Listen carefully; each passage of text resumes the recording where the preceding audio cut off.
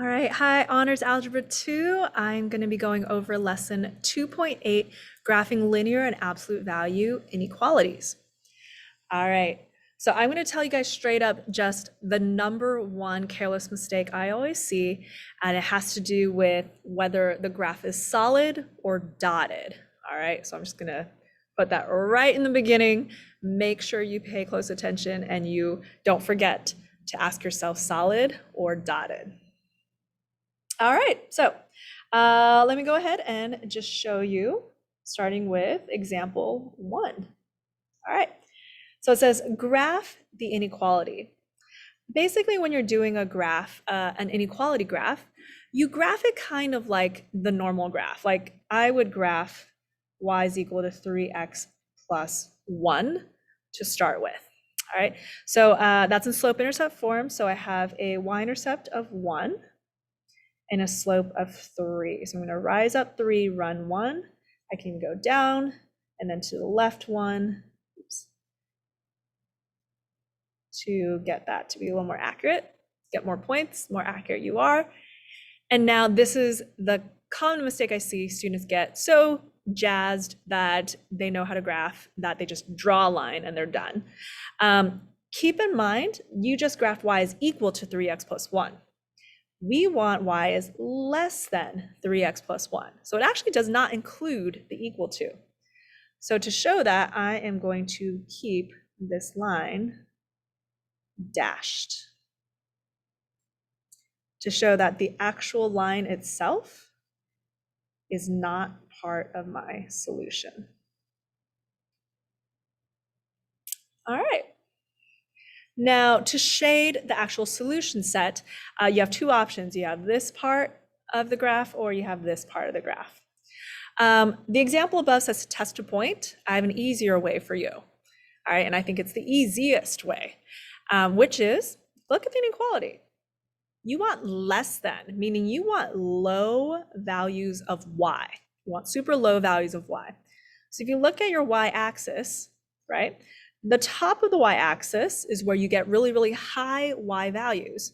The bottom of the y-axis is where you get really low y values. I want low y values. So I want to take the region of the graph that contains the bottom of my y-axis. All right, so I want to shade this side of my graph. And that's it. Okay. All right, let me show you another one. Number 2, this time I have a y-intercept of -5. So right there. I have a slope of 1. So rise 1, run 1. This time I do have a solid line because of that equal to. So I will draw a solid line to be included in my solution set. And I want big values of y, right? I want that greater than. So I want the side that contains the top of my y-axis. So I will shade in this direction for my solution set. All right. And number 3, I'm going to get this into y-intercept form by subtracting the 4x. And I have a y-intercept of -1, slope of -4. And this one is also solid because of that equal sign. All right, so solid line.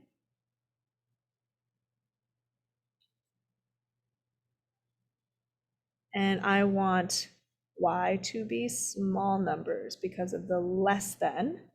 So I'm going to shade the side that contains the bottom of my y-axis. So I'm going to shade this way.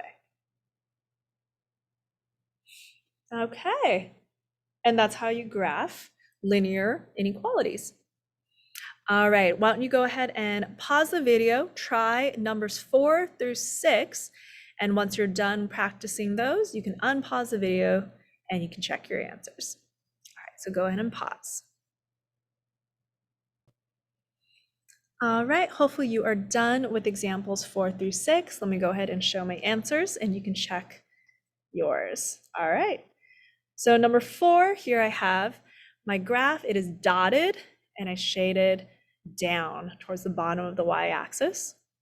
Number 5, it's also dotted. This time I shaded above. All right, so towards the top of the y-axis. And then number 6, let me go into this a little bit. I multiplied everything by 4 to kind of get rid of those decimals, leaving with 2x minus y is less than 6. And then I subtracted the 2x, divided by -1, which means I have to switch the inequality. So I have y is greater than 2x minus 6. So I have a y-intercept at -6, slope of 2, and of course dotted because I don't have the equal to, and because it's greater than, I'm going to shade towards the top of my y-axis. All right, so hopefully you guys were able to do those on your own. All right, let's go now to graphing some absolute value inequalities. Same idea, again, graph it as if it's equal to. If it has the equal, you can do solid lines. If it doesn't have the inclusive equal to, do dotted V's. And then you want to shade either inside the V or outside the V. And again, I use the same strategy of either contains the upper side or the top of the y-axis or the bottom of the y-axis to determine where to shade. All right, so let me go ahead and show you guys some of these. All right, so number 1. I have absolute value of x plus 1. So from the previous lesson, we know that's a translation up 1. All right, so that's going to be the point of my V. And then there's no dilation, so you just kind of have like a slope. I call it a pseudo slope of 1. So you go up 1 over 1, up 1 over 1. And then on the other side, you can mirror that. We have a solid line because the equal to. And now again, I want big values of y. So I want the top of the y-axis. So I'm going to shade inside the V for my final answer. All right, number 2. Okay, this one has a horizontal translation. Now to figure out where to shift horizontally, you need to set the inside of that absolute value equal to 0. All right, you need to see kind of where that will hit the x-axis. All right, so you're basically finding your x-intercept. So in this case, I have x of 1/2. Awesome. Okay. And then what you can do is you can plot points if you want, but what I like to do is I use this 2, right, my dilation, almost like a pseudo slope, right, like a pseudo slope. So what I do is I'm going to go up 2 over 1. All right, from that point, up 2 over 1, up 2 over 1. All right, and that becomes my pseudo slope. If you're at all feeling like, no, I'm not super comfortable with that, you can feel free to like plot in points, like plug in 0 for x and you get 1 for y, and you can get like that y-intercept right there. You can do that too. But I find the pseudo slope to be just a lot easier to work with. All right, so you connect those dots right there. Solid because we have that equal to. And this time, because of the less than sign, I'm going to shade the part with the bottom of the y-axis, which is outside the V. So make sure you shade all of that outside the V. All right, let me do a few more and I'll have you guys practice. Okay, so number 3, I'm going to get the y all by itself. So I'm going to add that 2 absolute value of x. And now I have a vertical shift of 3. And then that 2 is a dilation. And again, you can use that as a pseudo slope. If it's inside or outside the absolute value, it actually doesn't matter. You can still use that as a pseudo slope. So I'm going to go up 1 over 2. And then because there's no equal sign, I'm going to go ahead and use a dotted V instead of a solid V. So make sure you dash that V right there. All right, and now because it's greater than, I'm going to shade the top of the y-axis. So I'm going to shade the inside of that V. All right, let me see. I'll do a few more and then I'll have you guys practice with the rest. Let me go ahead and just show real quick number 4, since that has a negative on the outside. All right, so this one I have a -3, so it's a down 3 translation. And because of the negative, it actually will reflect. So again, use this kind of like a pseudo slope, like -1. So you're gonna go down 1 over 1, down 1 over 1, and then just mirror that on the other side. This one will be dashed because there's no equal to. And because it's less than, I want the bottom of my y-axis. So I'm gonna shade right there. All right. I will leave number 5 for you to try. Let me go ahead and show. Let me show number 6. All right, I'll show number 6. All right, so I'm going to get my y all by itself, subtract that absolute value over, divide the 2, so I get -1/2, absolute value of x plus 1.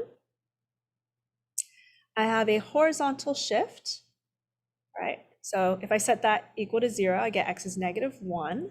So that's going to shift this over. And then I have a pseudo slope of -1/2. So I'm going to go down 1 to the right 1. Down 1 to the right 1 on the other side, or to the left one. And then this will be dashed.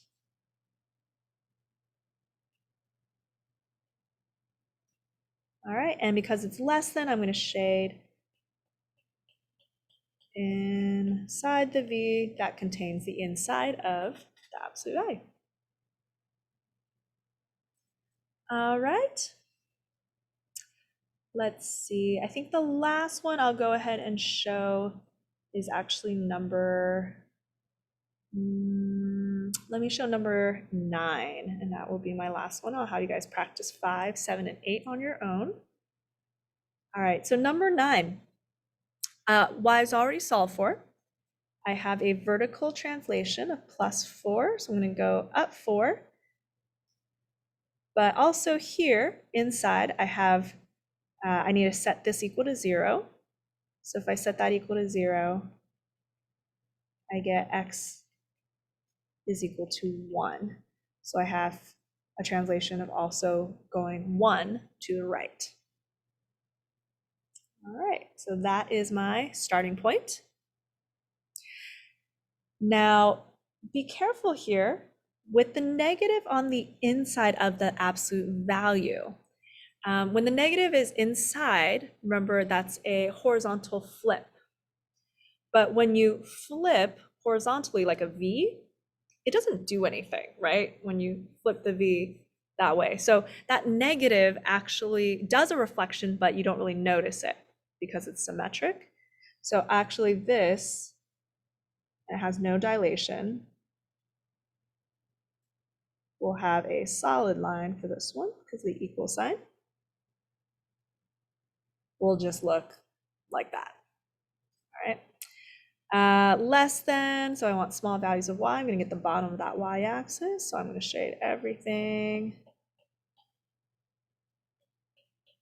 on the outside of that V. All right. So I want you guys to go in and practice. So try numbers 5, 7, and 8. So go ahead and pause this video, and when you're ready, unpause it, and you can check your answers with me. All right, hopefully you guys finished 5, 7, and 8. Here is my answer for number 5. So we have a vertical translation, so up 4, and then we had a negative outside the absolute value, so that flips it down, and no dilation. So you just got a solid because of the equal sign, and greater than, so shaded out towards the top of the y-axis. All right, number 7, subtracted that absolute value over, giving me this. So I have a horizontal translation of 2, right? If you set that equal to 0, x is equal to 2. And then a vertical translation of -1. So I went 2 to the right and down 1 to get the vertex of the absolute value. The negative on the outside flips it down to be a downward V. The negative on the inside again flips it side to side, which doesn't really, make a difference. So you have dash line because no equal to, and then shaded above because of that greater than.